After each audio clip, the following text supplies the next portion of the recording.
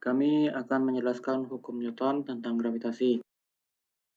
Perkenalkan, kelompok kami yang pertama Yuda Putra Tiara dari kelas 10 MIPA 1, yang kedua Rijal Muhammad Kamil dari kelas 10 MIPA 2, yang ketiga Muhammad Nabil, saya sendiri dari kelas 10 MIPA 1, dan terakhir yang keempat Rinaldo Handika dari kelas 10 MIPA. Materi kami yang akan kami jelaskan ialah hukum gravitasi Newton, medan gravitasi, satelit bumi, dan hukum Kepler.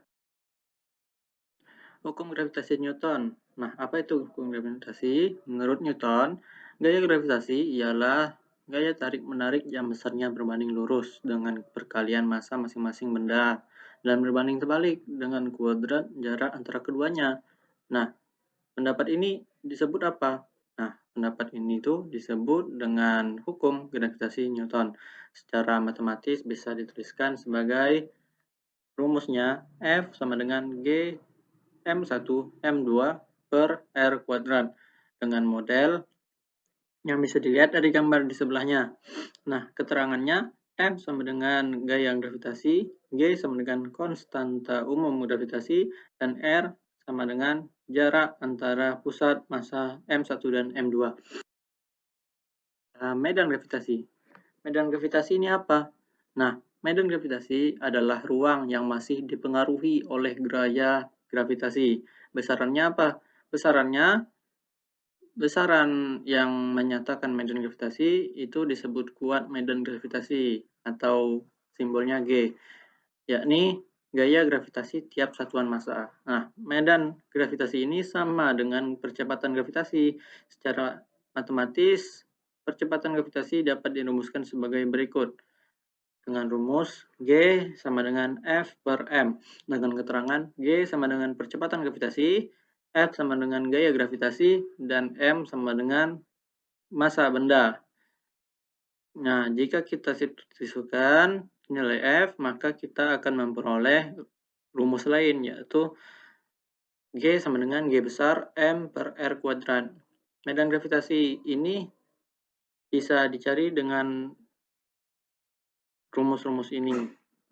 Nah, selanjutnya akan dijelaskan oleh teman saya, Yuda Putra Tiara. Selanjutnya adalah satelit. Satelit adalah benda langit yang mengelilingi suatu planet. Satelit memiliki dua jenis, yaitu satelit alamiah dan satelit buatan. Bumi sendiri memiliki satu satelit alamiah, yaitu bulan, dan memiliki banyak sekali satelit buatan. Salah satu contohnya adalah satelit Palapa. Karena satelit mengorbit dan mengelilingi suatu planet, maka sudah pasti satelit memiliki gaya sentripetal. Gaya sentripetal tersebut dapat dituliskan dengan Fs sama dengan mv kuadrat per R. Dengan keterangan Fs adalah gaya sentripetal dengan satuan Newton, M adalah massa benda dengan satuan kilogram, V adalah laju linear satelit dengan satuan meter per sekon, dan R adalah jarak antara benda dengan pusat bumi dengan satuan meter. Selain memiliki gaya sentripetal, satelit juga memiliki gaya gravitasi. Gaya gravitasinya dapat dituliskan sebagai berikut. F sama dengan G M per R kuadrat.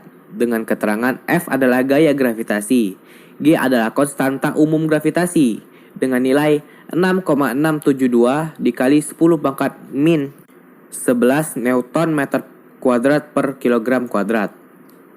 Dan M adalah massa planet. Nah, suatu satelit memiliki gaya sentripetal dan gaya gravitasi yang sama, sehingga dapat kita tuliskan F sama dengan Fs. Lalu kita uraikan menjadi mv kuadrat per R sama dengan G M per R kuadrat. Sehingga jika kita uraikan lebih dalam, kita dapat mencari rumus V, yaitu V sama dengan akar dari G kali M per R.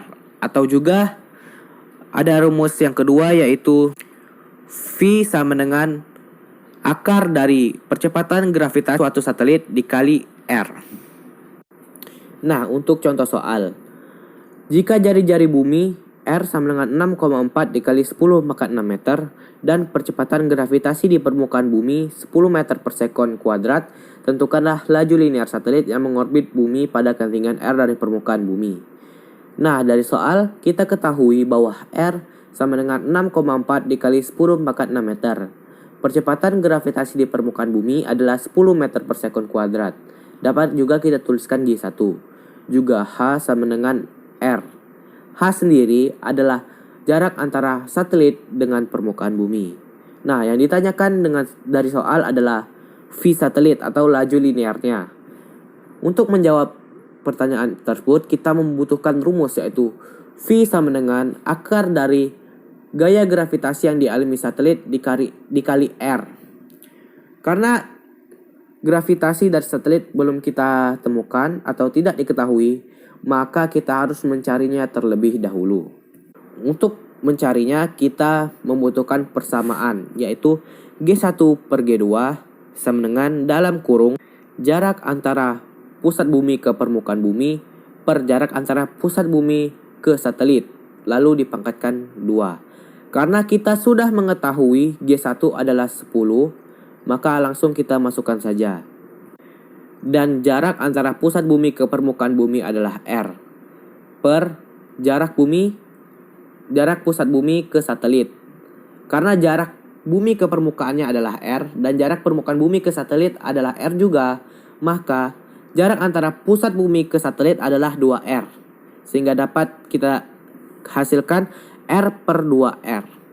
Lalu kita lanjutkan 10 per G2 sama dengan R dapat kita coret menjadi 1 per 2 pangkat 2. 1 per 2 dipangkatkan 2 adalah 1 per 4. Lalu menghasilkan 10 per G2 sama dengan 1 per 4. Kita kali silang sehingga menghasilkan G2 sama dengan 10 per 4. 10 per 4 adalah 2,5 meter per sekon kuadrat. Sehingga kita ketahui bahwa gravitasi yang dialami oleh benda atau satelit ada 2,5 meter per sekon kuadrat. Lalu tinggal kita masukkan pada rumusnya, yaitu V sama dengan akar dari gravitasi yang terjadi pada satelit dikali R. V sama dengan akar 2,5 dikali 6,4 dikali 10 pangkat 6 meter. 2,5 dikali 6,4 adalah 16. Sehingga menghasilkan V sama dengan akar 16 dikali 10 pangkat 6. Akar dari 16 adalah 4. Dan akar dari 10 pangkat 6 adalah 10 pangkat 3 atau 1000. Sehingga menghasilkan V atau laju linear satelit adalah V sama dengan 4 dikali 10 pangkat 3 meter per sekon atau 4000 meter per detik. Selanjutnya adalah hukum Kepler.